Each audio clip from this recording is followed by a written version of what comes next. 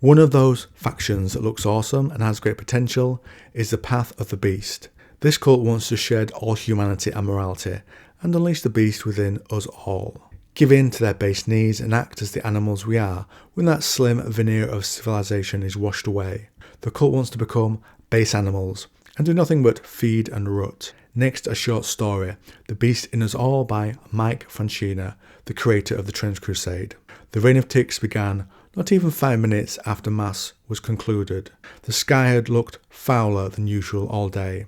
Clouds like the swollen corpses of sheep rotting in a flooded pasture, seething, as if maggots were writhing beneath their hide. Somewhere beyond the trench-scarred wasteland to the south, the garrison at Lindisfarne Crossroads was still burning a week after it had fallen to the heretics, staining the eternal cloud cover with smoke poisoned by the radioactivity and demonic corruption.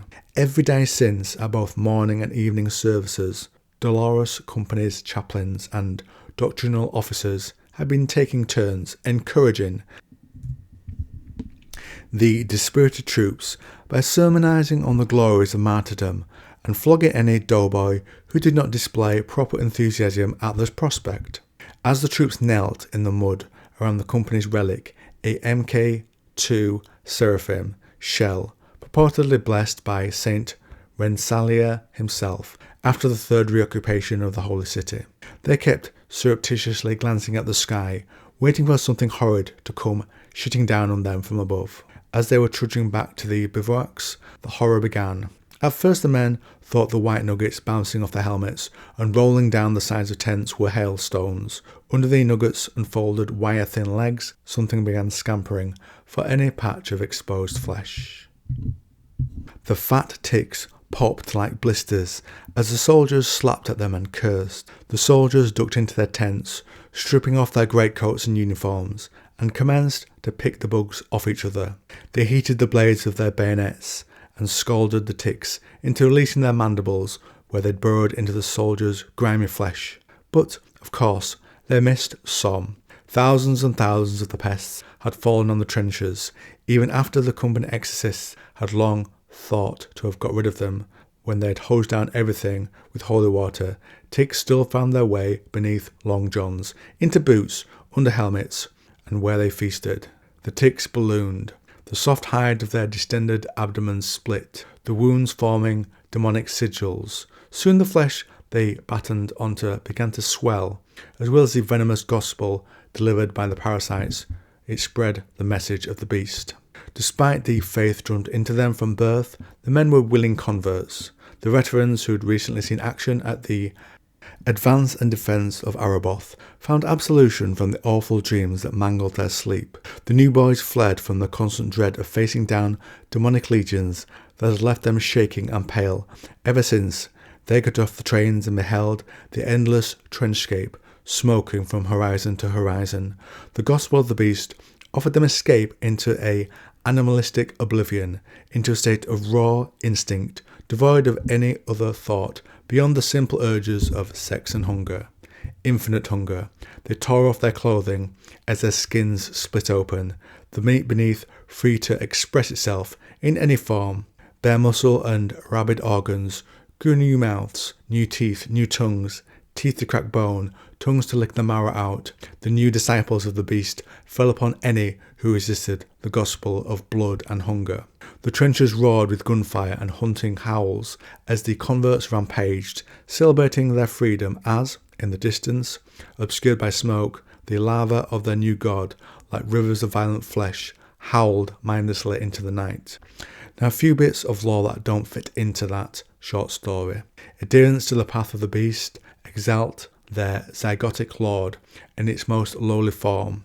In time it will grow and change and grind the earth beneath its many feet. Worshippers of the beast, when deemed ready, are infected by blessed parasites that fall off the beast's lords. I assume that's what fell on the soldiers in that short story.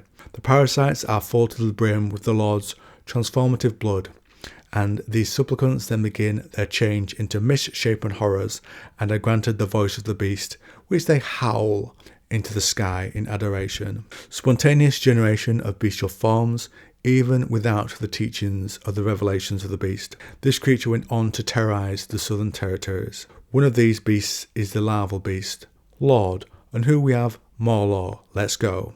Sometimes the unluckiest warbands encounter creatures that once cannot hope to defeat with a trench club or a bolt-action rifle. Greatest of the unholy creatures that hell has unleashed to trouble the unhappy world have the power to lay waste to entire cities, and must be confronted by entire armies with heavy artillery, aerial bombardment, and armoured divisions. One example of these behemoths are the Beast Lords that emerge from the Hellmouth, heralded by dire portents and visions of the devout brothers and sisters of the Synod or Strategic Prophecy. The reason or the purpose why infernal creatures like him are disgorged from hell is unknown, save for their tendency to extremely destructive rampages. If not hunted down, they eventually disappear into deserts or high mountains, never to be seen again, save in dark tales of travellers witnessing foul mountains or hills that sometimes stir from their dark sleep. Some warbands have engaged their enemies over an unmarked hill, only to realise, to their horror, they are fighting on the back of a slumbering colossal abomination, bent on devouring anything in its path once it awakens. Now, what beasts would you like to see brought out in this faction? We could have the wolf, the spider, which we seem to be represented. What else would be a cool form to change into? Bears, maybe? If you've gotten this far into the video, I'm going to give you a little extra lore, not part of this faction, but something from the heretics and wolf related, and I don't have anywhere else to put it. So, the war wolf beast. This abomination charges through miles of barbed wire to clear a path for the heretic infantry, its uniquely formed head designed to cut clean through it.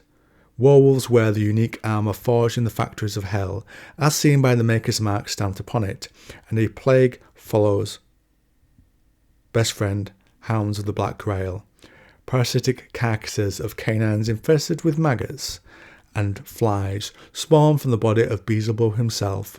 Their unholy mission is to prowl no man's land and spread disease and pestilence in the name of their Dark Master. I'm planning on going back to the Black Grail soon. I've not covered it much on the channel, but I'm reading up on it and getting some ideas. What I tend to do is go in a faction, talk about things that interest me, and likely release those videos first, and then go over the things I missed and just give you straight up lore videos. My favourite types of videos to do are the lore mixed with my own speculation. It's just more fun putting them together. It's also the consideration of time.